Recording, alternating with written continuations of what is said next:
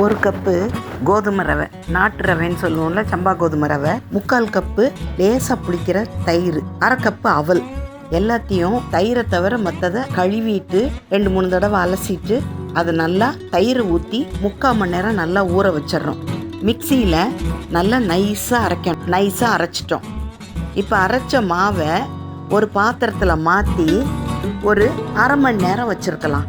புளிக்கிறதுக்குன்னு இல்லை, கொஞ்சம் எல்லாமே ஒன்றா சேர்ந்து செட் ஆகிறதுக்காக. ஏன்னா தயிர் ஊற்றிருக்கோம், அதனால் கொஞ்சம் புளிப்பு இருக்கும். இது தோசையை ஊற்றி எடுத்துட்டோன்னா கோதுமை ரவை அவல் தோசை நல்லா சாஃப்டாக இருக்கலாம். தேவைப்படுறவங்க இதை ரோஸ்ட்டாகவும் ஊற்றலாம்.